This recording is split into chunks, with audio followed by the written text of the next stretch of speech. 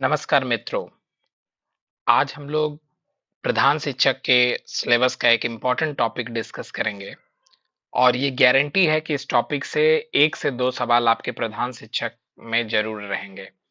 इसके अलावा अगर आप सीटेट की तैयारी कर रहे हैं, यूजीसी नेट की तैयारी कर रहे हैं, तब भी ये टॉपिक आपके लिए उतना ही महत्वपूर्ण है। यानी सीटेट वालों के लिए भी ये टॉपिक महत्वपूर्ण है। सीटी ईटी में भी इस टॉपिक से क्वेश्चन पूछे जाता है। इवन एसटी ईटी भी अगर आप करने जा रहे हैं तो भी ये टॉपिक महत्वपूर्ण है। चलिए बढ़ते अपने टॉपिक की ओर। हमारा टॉपिक है national education policy, NEP. National education policy की हम बात करेंगे इसमें। नेशनल एजुकेशन पॉलिसी 2020, एनईपी 2020 की चर्चा हम इस टॉपिक में करेंगे। शॉर्ट में बोलेंगे इसको NEP 2020, national education policy 2020।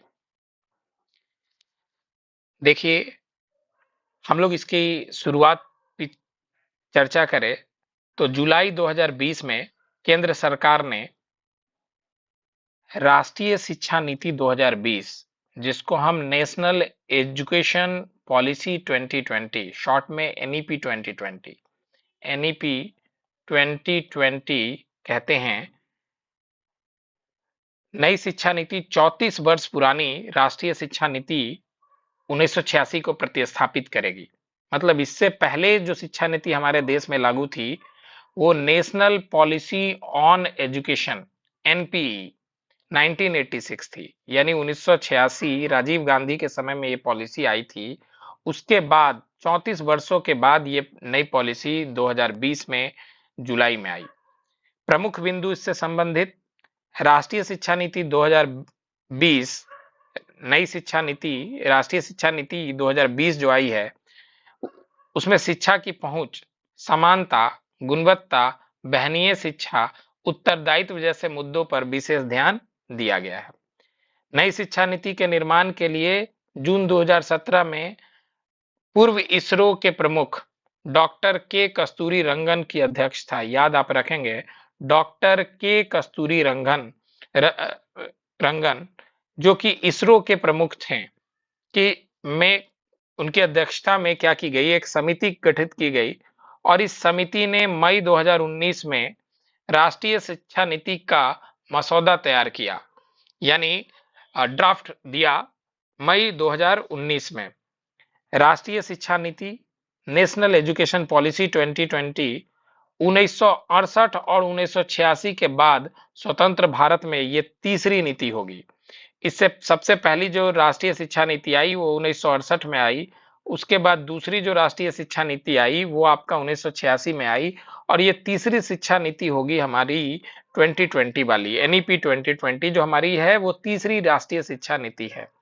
NEP 2020 के तहत केंद्र व राज्य सरकार के सहयोग से शिक्षा के क्षेत्र में देश के जीडीपी का लगभग 6% हिस्सा निवेश का लक्ष्य रखा गया है। यानी इसमें दो सरकार काम करेंगी, केंद्र सरकार और राज्य सरकार आपसी सहयोग के साथ देश के जीडीपी का 6% हिस्सा शिक्षा के लिए तय की गई है।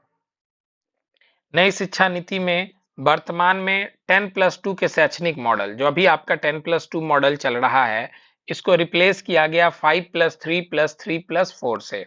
10+2 शिक्षा मॉडल में क्या है, आपको पता होगा कि क्लास 1 से लेके 5 तक प्राथमिक शिक्षा चलता है, फिर 6 से 8 तक मिडिल स्कूल चलता है, फिर 9-10 हाई स्कूल चलता है, सीनियर सेकेंडरी, है ना, फिर आपका 11-12 अलग चलता है। तो ये इस तरह से कल के आपका 5 साल ये, फिर 2 साल ये, 7 साल, फिर ये 10 साल और फिर ये आपका जोड़ देंगे तो 10+2 10+2 हो जाता है और इसीलिए इसका नाम पड़ा है 10+2 शैक्षणिक मॉडल। वर्तमान में जो हमारा मॉडल है वो 10+2 ही शैक्षणिक मॉडल है। इसको रिप्लेस करेगा 5+3+3+4। 5 कहने का मतलब है पहला 5 वर्ष वो अर्ली चाइल्डहुड केयर के अंतर्गत आएगा, जिसमें से 3 वर्ष आप कहे उसको मतलब अर्ली चाइल्डहुड केयर का होगा, जिसमें आपका ईसीसी होगा, ईसीसी होगा मतलब आंगनवाड़ी कह सकते हैं, बाल वाटिका कह सकते हैं। उसकी 3 साल होगी और प्लस पहला और दूसरा क्लास होगा, फिर अगला 3 साल में तीसरा क्लास, चौथा क्लास, पांचवा क्लास होगा। फिर अगला 3 साल में छठा क्लास, सातवां क्लास, आठवां क्लास होगा। और अंतिम के 4 वर्षों में 9, 10th, 11th, 12th की बात की जाएगी। इसीलिए वर्तमान में जो मॉडल है 10+2 का, उसको रिप्लेस किया जाएगा 5+3+3+4 से। तकनीकी शिक्षा, और क्या बात की गई है? तकनीकी शिक्षा, भाषाई बाध्यताओं को दूर करना, दिव्यांग छात्रों के लिए शिक्षा को सुगम बनाना आदि के लिए तकनीकी का प्रयोग यानी टेक्नोलॉजी के प्रयोग पर बढ़ावा देने की बात की गई है। नई शिक्षा नीति में छात्रों में रचनात्मक सोच यानी क्रिएटिव थिंकिंग, रीजनिंग एबिलिटी यानी तार्किक निर्णय लेने की बात की गई है। नवाचार की भावना को प्रोत्साहित करने पर बल दिया गया है। एमएचआरडी का नाम बदल दिया गया। एमएचआरडी यानी ministry of human resource and development का नया नाम बदल के क्या कर दिया गया? शिक्षा मंत्रालय, एजुकेशन मिनिस्ट्री कर दिया गया। पहले नाम था मानव संसाधन एवं विकास मंत्रालय, उसके नाम को परिवर्तित करके अब शिक्षा मंत्रालय कर दिया गया, एजुकेशन मिनिस्ट्री कर दिया गया। एनईपी 2020 के तहत एमएचआरडी का नाम बदलकर शिक्षा मंत्रालय करने के का उद्देश्य शिक्षा और सीखने पुनः अधिक ध्यान आकर्षित करना है ना। इसका नाम परिवर्तन किया गया, एजुकेशन एंड लर्निंग पर फिर से अधिक ध्यान आकर्षित करने के लिए एमएचआरडी का नाम बदल दिया गया शिक्षा मंत्रालय के रूप में। चलिए, प्रारंभिक शिक्षा की बात करें तो प्रारंभिक शिक्षा जो होगी वो 3 वर्ष से 8 वर्ष की आयु के बच्चों के लिए होगी। दो समूह में बटेगा। पहला 3 साल से 6 साल तक, 3 वर्ष से 6 वर्ष के आयु के बच्चे, जिनको आंगनबाड़ी, बाल वाटिका, प्री स्कूलिंग के अंतर्गत कह सकते हैं, मुफ्त में मिलेगा शिक्षा। ये सुरक्षित रहेगा, गुणवत्तापूर्ण होगी। प्रारंभिक बाल्यावस्था की देखभाल और शिक्षा की बात की जाएगी, यानी early childhood care and education की बात होगी, ECCE, अर्ली चाइल्डहुड केयर और एजुकेशन, है ना, की उपलब्धता सुनिश्चित की जाएगी। 6 वर्ष से 8 वर्ष तक कक्षा 1 और 2 की बात होगी। प्रारंभिक शिक्षा को बहुस्तरीय खेल और गतिविधि आधारित बनाने पर प्राथमिकता दी जाएगी, यानी बहुस्तरीय खेल, प्ले मेथड यूज होगा, और गतिविधि यानी एक्टिविटी ओरिएंटेड होगा। ECCE से जुड़ी योजनाओं का निर्माण क्रियान्वयन केंद्रीय मानव संसाधन विकास मंत्रालय, महिला एवं बाल विकास मंत्रालय, स्वास्थ्य परिवार कल्याण मंत्रालय व जनजातीय कार्य मंत्रालय के साझा सहयोग से किया जाएगा। बुनियादी साक्षरता और संख्यात्मक FLN ज्ञान पर आधारित राष्ट्रीय मिशन। FLN मतलब फाउंडेशनल लिटरेसी एंड न्यूमरेसी, यानी बुनियादी साक्षरता और संख्यात्मक। आपने ट्रेनिंग अगर अटेंड किया होगा तो बिहार सरकार की ओर से जो आपको शिक्षकों के ट्रेनिंग दी जाती है, FLN ट्रेनिंग, वो बेसिकली इसी पर आधारित है, बुनियादी साक्षरता और संख्यात्मक यानी फाउंडेशनल लिटरेसी एंड न्यूमरेसी पर आधारित है।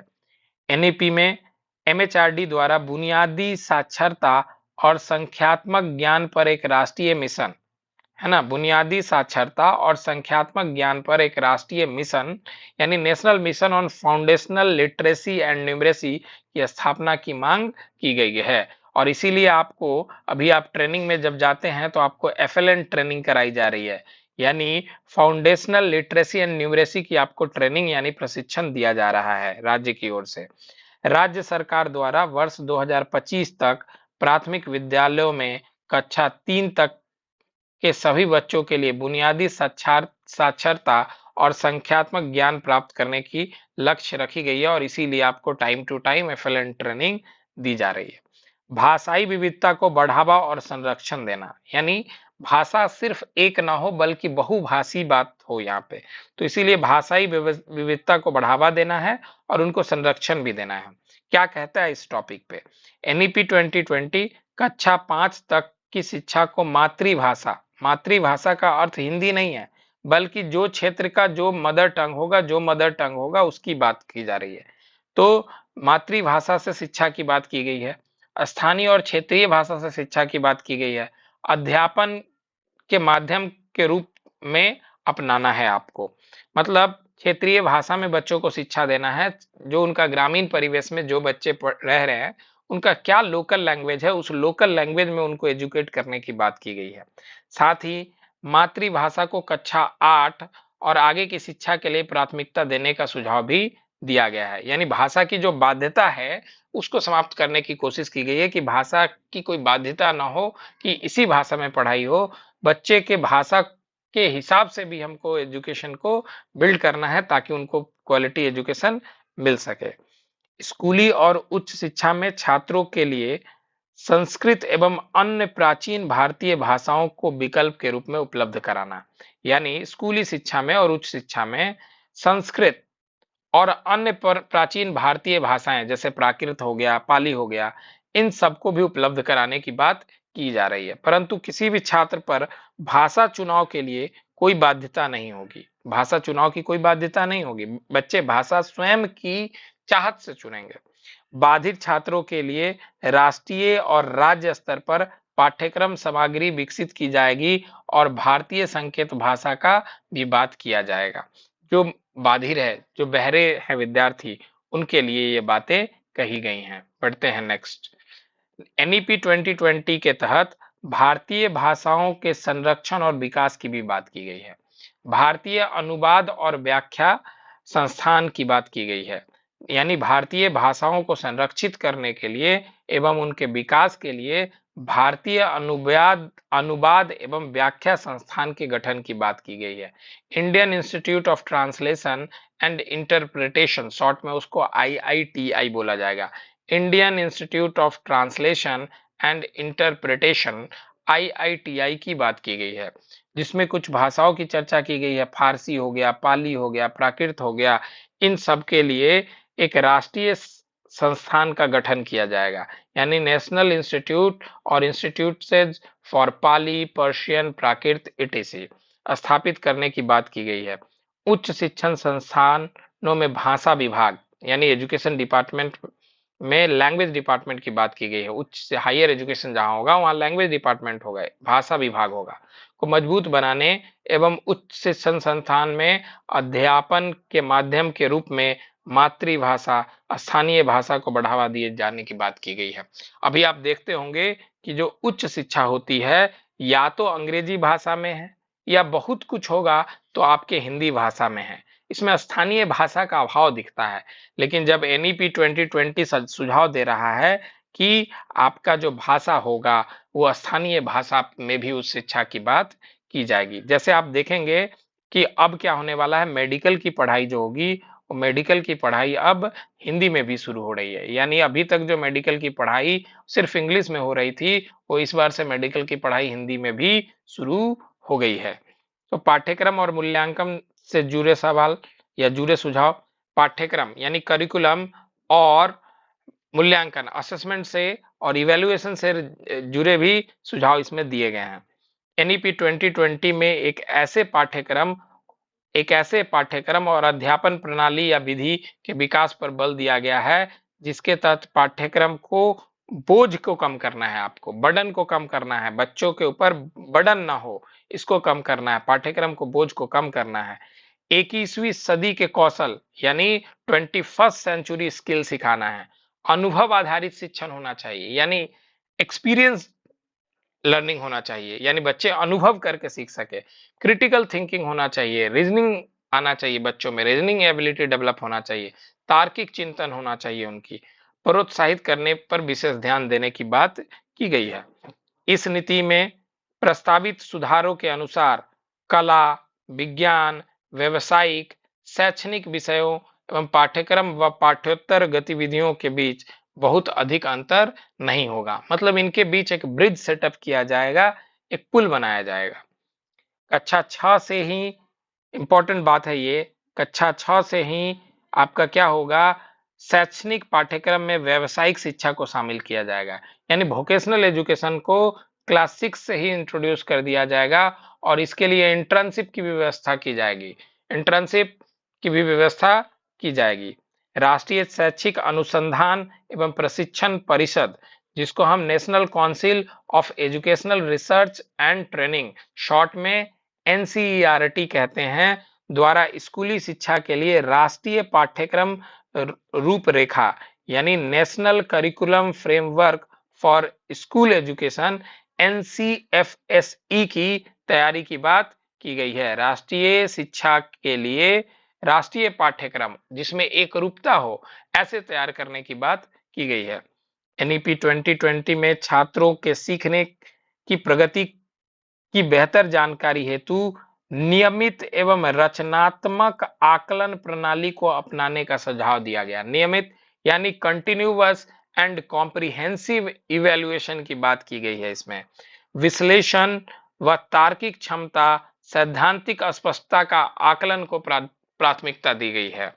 कक्षा 3, 5, 8 के स्तर पर स्कूली परीक्षाओं में भाग लेने जिनके उपयुक्त प्राधिकरण द्वारा संचालित किया जाएगा, मतलब 3 क्लास, 5 क्लास और 8 क्लास में स्कूली परीक्षाओं में भाग लेने की बात की गई है और ये परीक्षा उपयुक्त प्राधिकरण द्वारा आयोजित की जाएंगी।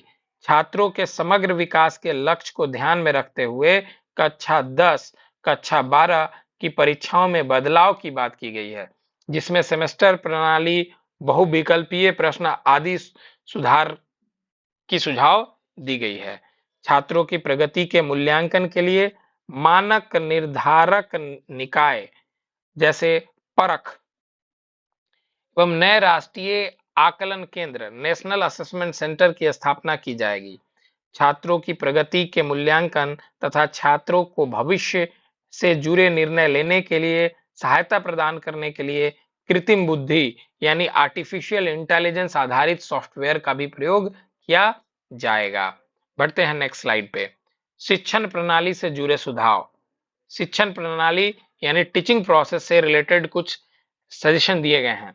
शिक्षकों की नियुक्ति प्रभावी पारदर्शिता प्रक्रिया से हो, यानी शिक्षक की जो नियुक्ति हो वो प्रभावी तरीके से हो और पारदर्शी प्रक्रिया अपनाया जाए। ऐसा नहीं कि क्वेश्चन पेपर आउट कर दिया जाए, जैसा कि वर्तमान में आपको बिहार में दिखाई दे रहा था।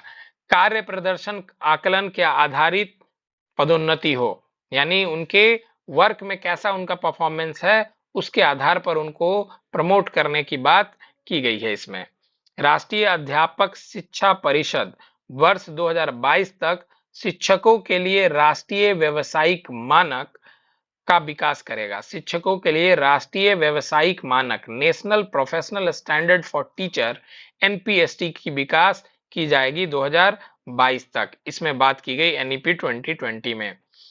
राष्ट्रीय अध्यापक शिक्षा परिषद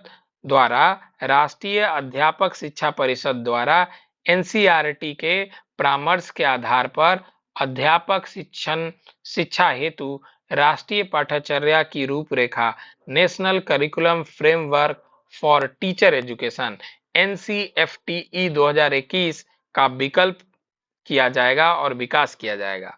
वर्ष 2030 तक अध्यापन के लिए न्यूनतम डिग्री योग्यता 4 वर्षीय एकीकृत बीएड, आप ध्यान देंगे यहाँ 4 वर्षीय एकीकृत बीएड की बात की गई है, मतलब 2030 तक ये जो 2 वर्षीय बीएड है उसको समाप्त कर 4 वर्षीय इंटीग्रेटेड बीएड करने की बात की गई है। यानी बच्चा 10+2 में ही डिसाइड कर लेगा कि क्या उसको शिक्षक बनना है अथवा नहीं बनना है।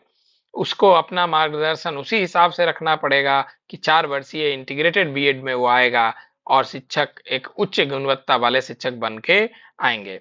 उच्च शिक्षा हायर एजुकेशन की बात करें तो एनईपी 2020 के तहत उच्च शिक्षण संस्थानों में सकल नामांकन अनुपात यानी ग्रॉस इनरोलमेंट रेशियो को 26.3% वर्ष 2018 का आंकड़ा है ये से बढ़ाकर 50% तक करने का लक्ष्य रखा गया है। वर्ष 2018 में जो ग्रॉस इनरोलमेंट रेशियो था, सकल नामांकन अनुपात था, वो 26.3 था, जिसको बढ़ाकर 50% तक की गई है। और इस पर खर्च करने की बात की जाए तो 3.5 करोड़ के खर्च की बात की गई है। विभिन्न शिक्षण संस्थाओं से प्राप्त अंकों या क्रेडिट को डिजिटल रूप से सुरक्षित रखने के लिए एकेडमिक बैंक ऑफ क्रेडिट की बात की गई है। समझेंगे आप क्या होता है एकेडमिक बैंक ऑफ क्रेडिट। अभी सेंट्रल यूनिवर्सिटीज में देखेंगे इसकी शुरुआत भी हो चुकी है, केंद्रीय विश्वविद्यालय में आप इनकी शुरुआत भी होते हुए देख रहे हैं। यानी बच्चे का एक रिकॉर्ड तैयार किया जाएगा कैसा ये रिकॉर्ड होगा? डिजिटल। जैसे अभी आप रुपया पैसा जमा करने के लिए बैंक है, उसी तरह से बच्चों के मार्क्स को रिकॉर्ड करने के लिए एक डिजिटल सेवा शुरू होगी, जिसको हम एकेडमिक बैंक ऑफ क्रेडिट कहेंगे। एकेडमिक बैंक ऑफ क्रेडिट क्या करेगा? जैसे हमारा सेविंग अकाउंट हमारा पैसा जमा रखता है और जब जरूरत होता है तो हम पैसा निकालते हैं, ठीक उसी तरह से ये एकेडमिक बैंक ऑफ क्रेडिट में हम लोग जितना क्रेडिट अर्न करेंगे वो स्टोर रहेगा। मान लीजिए हमने एमए का एडमिशन लिया, एक सब्जेक्ट में पढ़ रहे हैं और उसकी एक सेमेस्टर को हमने पूरा किया, तो एक सेमेस्टर का क्रेडिट हमारा जमा रहेगा। मान लीजिए हम बीच में ब्रेक लेना चाहते हो तो ब्रेक लेंगे, फिर कुछ दिन बाद जब हम अपना शुरू करेंगे कोर्स तो फिर से ये क्रेडिट हमारा जमा होगा और फाइनली हमको जो पोस्ट ग्रेजुएशन की डिग्री है वो उतनी क्रेडिट की, जितनी क्रेडिट की तय की जाएगी उतनी क्रेडिट जब हम अचीव कर लेंगे तो हमारा पोस्ट ग्रेजुएशन कंप्लीट माना जाएगा। यानी मल्टीपल एंट्री और मल्टीपल एग्जिट की बात होगी, है ना। चलिए, नई शिक्षा नीति के तहत एमफिल कार्यक्रम को समाप्त कर दिया गया है, यानी अब एमफिल कार्यक्रम नहीं होगा। जैसे हमें पीएचडी करने से पहले एमफिल कर लेते थे, अब वो एमफिल कार्यक्रम को बंद किया गया है। भारत उच्च शिक्षा आयोग की बात की जाएगी। चिकित्सा एवं कानूनी शिक्षा को छोड़कर, दो शिक्षा को छोड़ देना है, चिकित्सा शिक्षा और कानूनी शिक्षा को छोड़कर पूरे उच्च शिक्षा के क्षेत्र के लिए एकल निकाय के रूप में भारत उच्च शिक्षा आयोग, हायर एजुकेशन कमीशन HECI के गठन की बात की गई है। यानी इसमें दो शिक्षा सम्मिलित नहीं है, चिकित्सा शिक्षा और कानूनी शिक्षा को इससे मुक्त रखा गया है। बाकी हर प्रकार के शिक्षा के लिए, उच्च शिक्षा के लिए एकल निकाय होगी और भारत उच्च शिक्षा आयोग उसका नाम होगा। Higher education commission of India short में कहें तो HECI का गठन किया जाएगा। HECI के कार्य प्रभावी और पारदर्शी पूर्ण निष्पादन के लिए 4 संस्थाओं और निकायों का निर्धारण किया गया है। पहला है आपका विनियमन हेतु राष्ट्रीय उच्च शिक्षा नियामकीय परिषद, national higher educational regulatory council की बात की गई है, NHERC की गठन की बात की गई है। मानक निर्धारण के लिए सामान्य शिक्षा परिषद, जनरल एजुकेशन काउंसिल की बात की गई है, GEC की बात की गई है। वित्त पोषण के लिए उच्चतर शिक्षा अनुदान आयोग, हायर एजुकेशन ग्रांट कमीशन या काउंसिल की बात की गई है। प्रत्यायन के लिए राष्ट्रीय प्रत्यायन परिषद, नेशनल एक्रीडेशन काउंसिल की, NAC की बात की गई है। महाविद्यालयों की संबद्धता 15 वर्षों में समाप्त हो जाएगी। जो भी महाविद्यालय होंगे, जो भी यूनिवर्सिटी होंगी, उनकी जो एक्रेडिशन होगी वो 15 वर्षों के लिए होगी। क्रमिक स्वायत्तता प्रदान करने के लिए चरणबद्ध प्रणाली की स्थापना, यानी जो NAC द्वारा ग्रेडिंग होता है उसके आधार पर जो ऑटोनोमस होते हैं कॉलेज, उसको भी एक स्टेप बाय स्टेप अरेंजमेंट की जाएगी।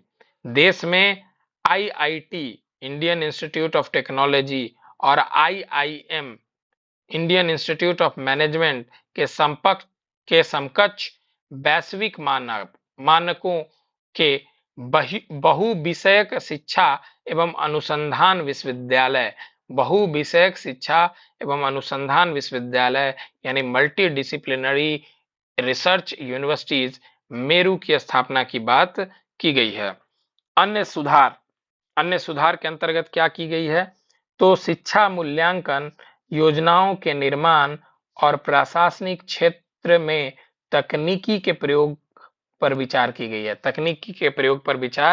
गई है। स्वतंत्र आदान प्रदान हेतु राष्ट्रीय शैक्षिक प्रौद्योगिकी मंच, national educational technology forum, NETF नामक एक स्वायत्त निकाय की स्थापना की बात की गई है।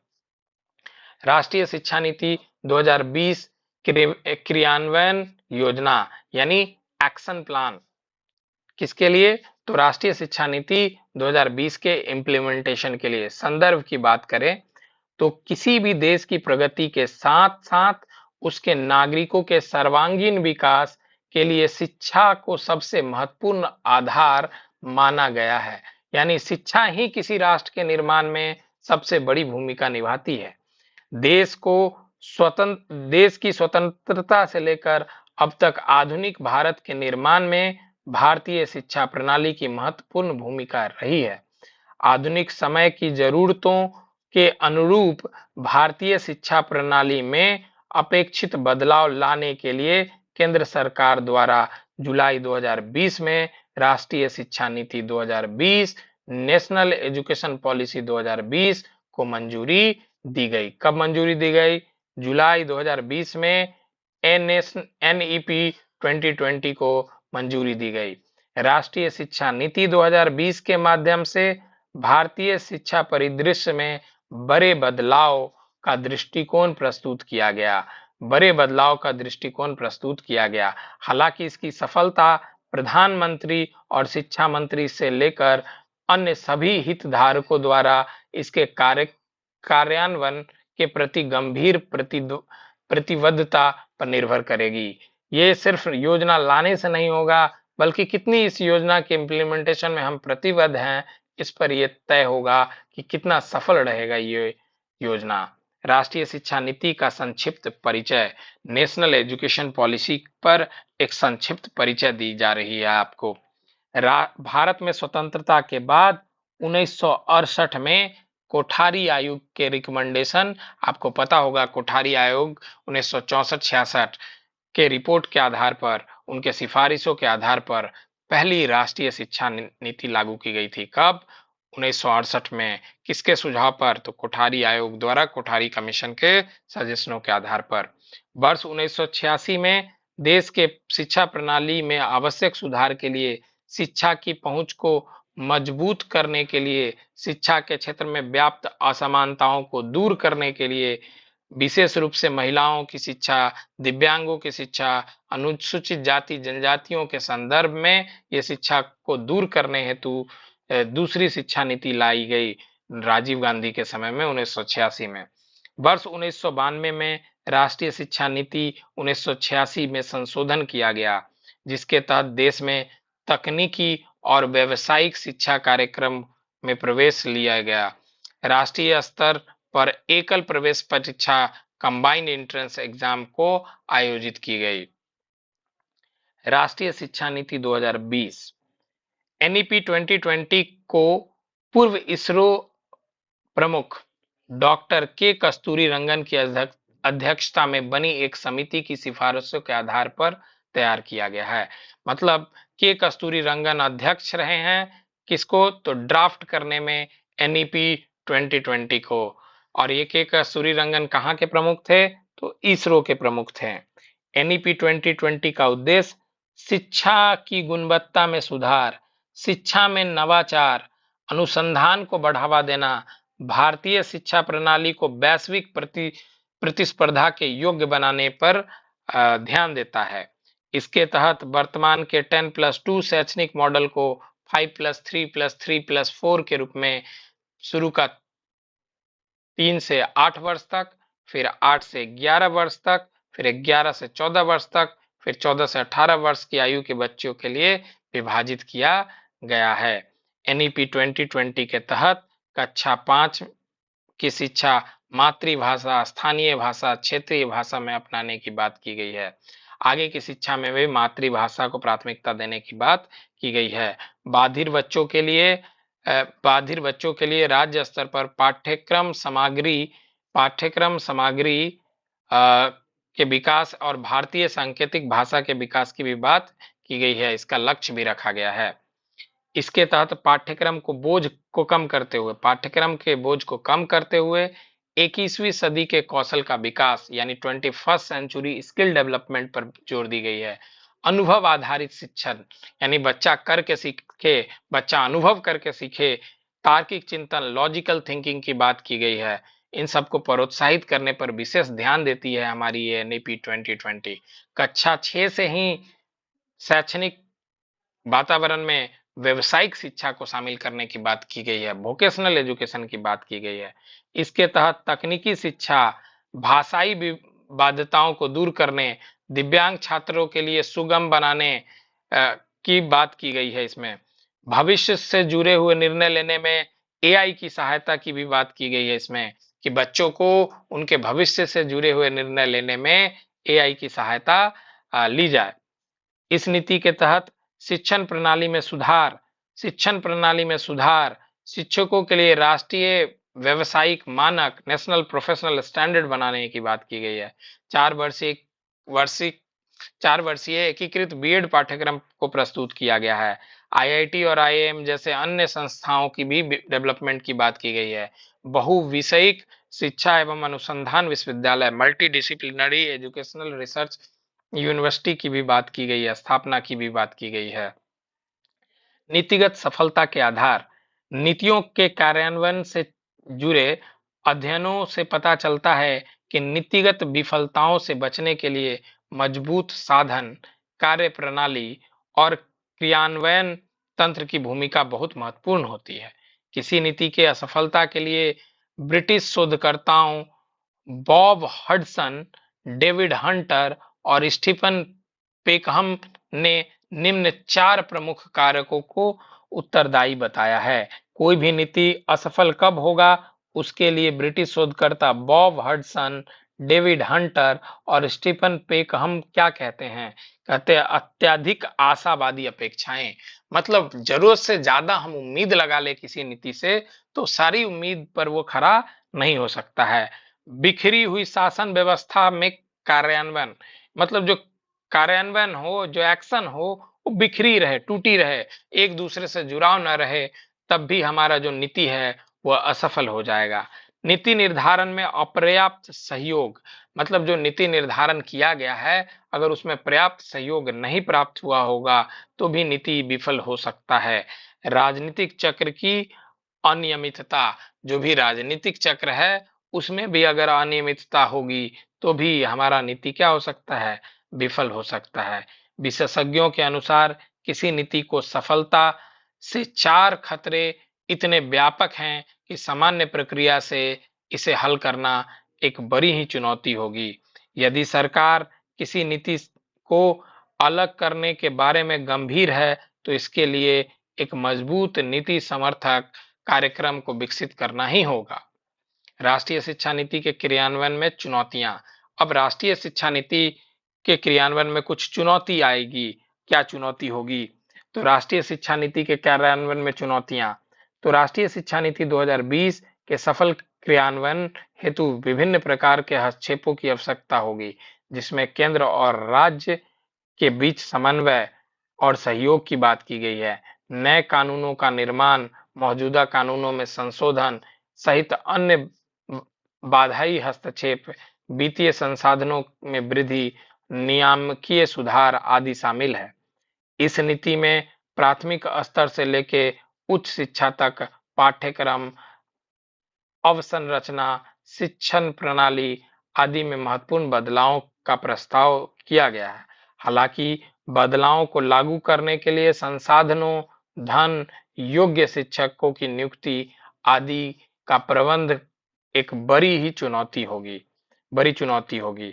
एनईपी 2020 के तहत वर्ष 2035 तक उच्च शिक्षा में सकल नामांकन अनुपात दोगुना करने का लक्ष्य लिया गया है। ग्रॉस इनरोलमेंट रेशियो को डबल करने की बात की गई है। गौरतलब है कि वर्तमान में देश में लगभग 1000 विश्वविद्यालय हैं। ऐसे में इतने अधिक छात्रों को शिक्षा उपलब्ध कराने के लिए बहुत से नए विश्वविद्यालयों की स्थापना करनी होगी।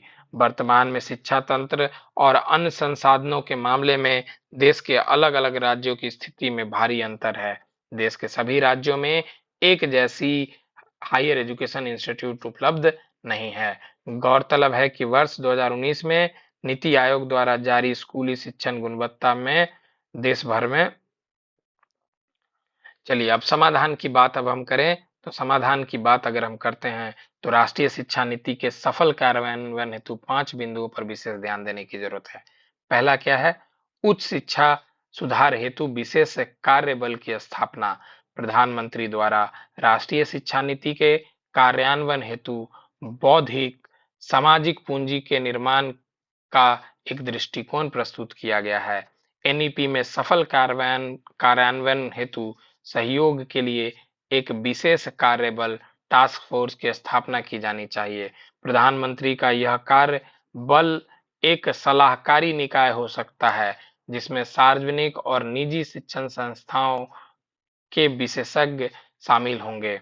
यह कार्यबल एनईपी के कार्यान्वयन में आने वाली चुनौतियों को समझने और निश्चित जवाबदेही के साथ समयबद्ध कार्यप्रणाली सुनिश्चित करने में प्रधानमंत्री की सहयोग करेगा। दो दूसरा क्या है, तो राष्ट्रीय शिक्षा नीति के कार्यान्वयन हेतु अस्थायी समिति।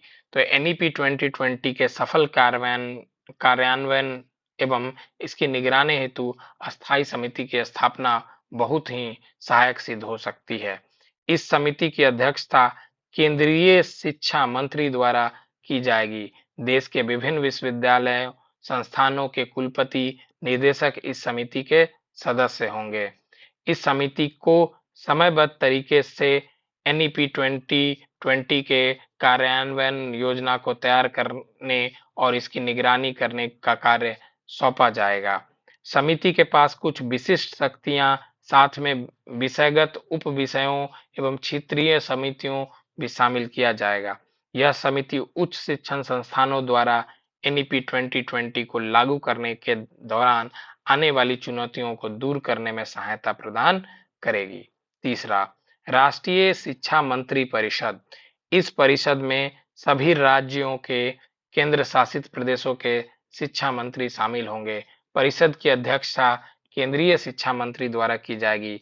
यह परिषद राज्यों और केंद्र शासित प्रदेशों में एनईपी 2020 के कार्यान्वयन की निगरानी करने के लिए एक महत्वपूर्ण संस्थागत तंत्र होगा।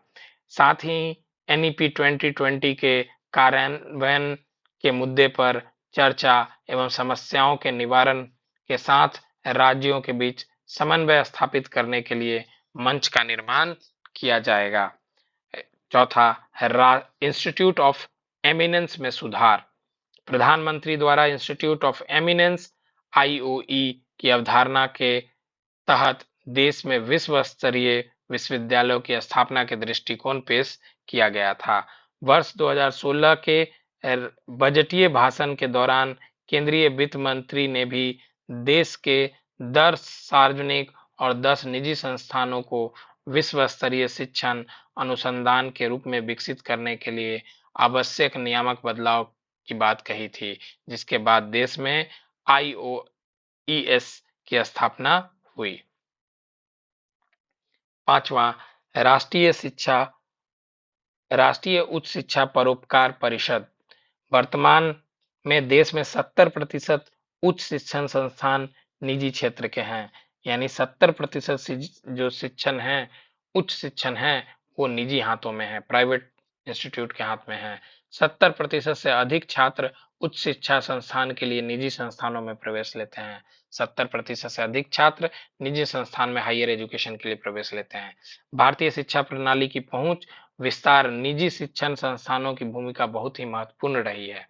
निजी क्षेत्र में उच्च शिक्षण संस्थानों के संचालन की वित्तीय चुनौती और छात्रों के समक्ष आने वाली शुल्क संबंधी चुनौतियां को देखते हुए राष्ट्रीय उच्च शिक्षा परोपकार परिषद की स्थापना पर विचार किया जा सकता है। यह परिषद संभावित दाताओं को 3 बंदोबस्ती निधियों, उच्च शिक्षा अवसंरचना, छात्रवृत्ति, शोध अनुदान से संबंधित की स्थापना के लिए प्रोत्साहित करने हेतु प्रणाली को मजबूत बदलाव एवं बढ़ावा देने में सहायता कर सकती है। अन्य चुनौतियां, तो वर्ष 1968 में जारी की गई पहली राष्ट्रीय शिक्षा नीति में शिक्षा पर केंद्रित 6% व्यय को लक्ष्य रखा गया था, जिसे अगली शिक्षा नीतियों में दोहराया गया, परंतु अभी तक इस लक्ष्य को सरकार ने प्राप्त नहीं कर पाई है। आगे की राह, सरकार के लिए किसी भी नीति के कार्यान्वयन में सफलता हेतु प्रोत्साहन, साधन, सूचना, अनुकूलनशीलता, विश्वसनीयता और प्रबंधन जैसे तत्वों पर ध्यान देना आवश्यक होता है। एनईपी 2020 के सफल कार्यान्वयन के लिए सरकार को पारदर्शी कार्यप्रणाली, सभी हितधारकों की भागीदारी के माध्यम से विश्वसनीयता बढ़ानी होगी, प्रबंधन में प्रभावकारी सिद्धांतों का पालन करना पड़ेगा। साथ ही में सरकार को कानूनी, नीतिगत, नियामकाई, संस्थागत सुधार अपनाने के साथ साथ विश्वसनीय सूचना तंत्र का निर्माण, नियामक संस्थानों, सरकारी एजेंसियों, उच्च शिक्षण संस्थानों के बीच कुछ अनुकूलनशीलता के विकास पर ध्यान देना होगा। Thank you. तो इस तरह हमने एनईपी 2020 की मुख्य बिंदुओं पर चर्चा कर ली है। मिलते हैं हम लोग अगले वीडियो में। Thank you.